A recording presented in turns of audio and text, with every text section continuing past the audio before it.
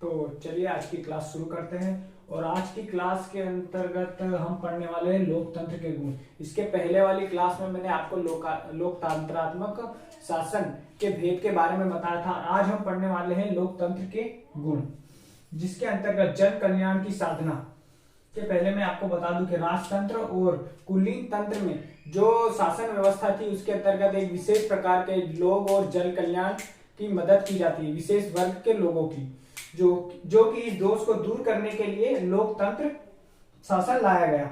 इसे प्रजातंत्र शासन भी कहते हैं। लोकतंत्र शासन के अंतर्गत अगर हम इसके गुण के बारे में आज पढ़ने वाले हैं, जिसके अंतर्गत हम पढ़ेंगे जन कल्याण की साधना। और इसके निम्न प्रकार के गुण है, लेकिन पहला गुण जन कल्याण की साधना के बारे में पढ़ेंगे।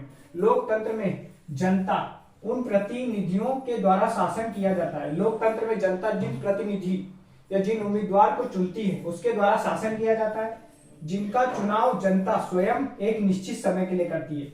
जिनका चुनाव जनता जो एक निश्चित समय के लिए करती है, जिसमें अधिकतर ज्यादातर समय 5 वर्ष का होता है, करती है। जनता के प्रतिनिधि जनता की इच्छाओं और आवश्यकताओं, जनता के जो प्रतिनिधि होते हैं, उम्मीदवार होते हैं, जो चुने जाते हैं, उनकी इच्छाओं, आवश्यकताओं और जरूरतों से भली भांति परिचित होते हैं। इसी कारण उन्हें चुना जाता है और वे जनता की इच्छाओं और आवश्यकताओं की पूर्ति करते हैं और उनके उत्तरदायी दायित्व के प्रति सजग रहते हैं। इसी जन कल्याण का अगर सीधा मतलब बताया जाए तो जन कल्याण का मतलब होता है जनता का कल्याण के लिए जो व्यक्ति को चुना गया, उसी को क्या कहते हैं जन कल्याण, जन कल्याण की साधना। तो अगला वाला हम देखते हैं, अगला इसके गुण क्या है लोकतंत्र के। तो चलिए अगला वाला।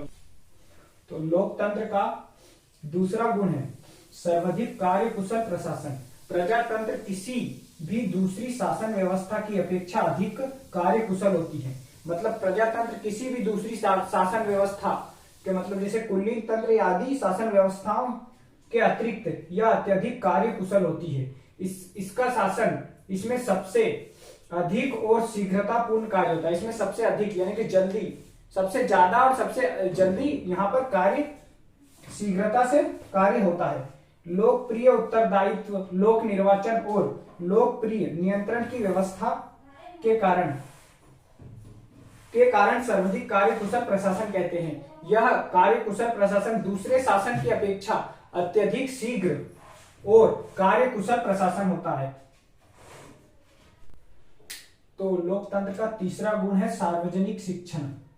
सार्वजनिक शिक्षण यानी कि सभी को शिक्षा, सभी व्यक्तियों को शिक्षा। लोकतंत्र में मताधिकार और जन नियंत्रण के कारण जनता स्वाभाविक रूप से सार्वजनिक क्षेत्र में रुचि लेने लगती है। यानी कि लोकतंत्र में मताधिकार यानी कि चुनाव और जन नियंत्रण यानी कि लोगों को एकजुट करने के कारण जनता स्वाभाविक रूप से सार्वजनिक क्षेत्र में रुचि लेने लगती है, यानी कि उसका अनुभव करने लगती है, या इंग्लिश में बोले तो इंटरेस्ट लेने लगती है। इसके प्रयोग के द्वारा जनता को प्रशासनिक, राजनीति तथा सामाजिक सभी प्रकार की शिक्षा प्राप्त होती है। इसके प्रयोग के द्वारा मतलब यही जन नियंत्रण और मताधिकार के प्रयोग के द्वारा जनता को प्रशासनिक, राजनीतिक तथा सामाजिक शिक्षण भी प्राप्त होता है। सभी शासन शिक्षण के साधन होते हैं। सभी जो शासन है ये शिक्षण के साधन होते हैं, किंतु सबसे अच्छी शिक्षा स्वशिक्षा है, जिसके लिए सबसे अच्छा शासन स्वशासन है। सबसे अच्छी शिक्षा क्या है? स्वशिक्षा, जिसके लिए सबसे अच्छा शासन स्वशासन है, जिसे हम लोकतंत्र शासन कहते हैं, या फिर जनतंत्र शासन भी, इसे प्रजातंत्र शासन भी कह सकते हैं।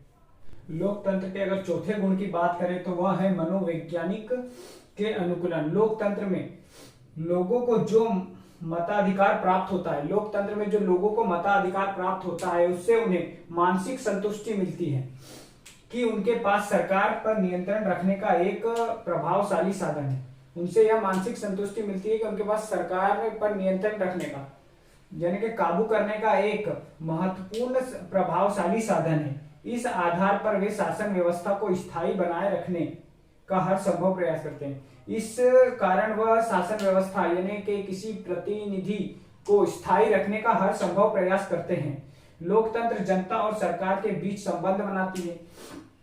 लोकतंत्र पता ही आपको, जनता और सरकार के बीच में संबंध बनाती है। व्यक्ति चुपचाप स्वीकृति देने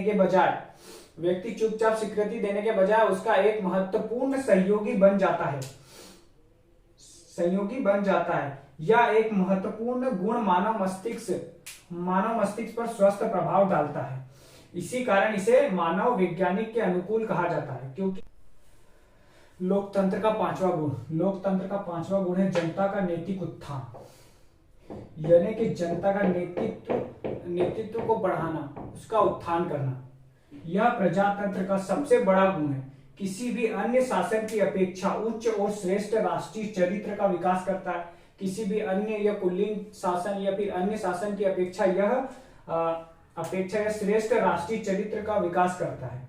वही सरकार सर्वश्रेष्ठ है जो मनुष्य की नैतिकता, उद्योग, साहस, आत्मबोध व पवित्रता को दृढ़ बनाए, क्योंकि प्रजातंत्र इन्हीं बातों को पूरा करता है। इसीलिए यह लोकतंत्र शासन व्यवस्था सबसे अच्छा गुण है, सबसे अच्छा है।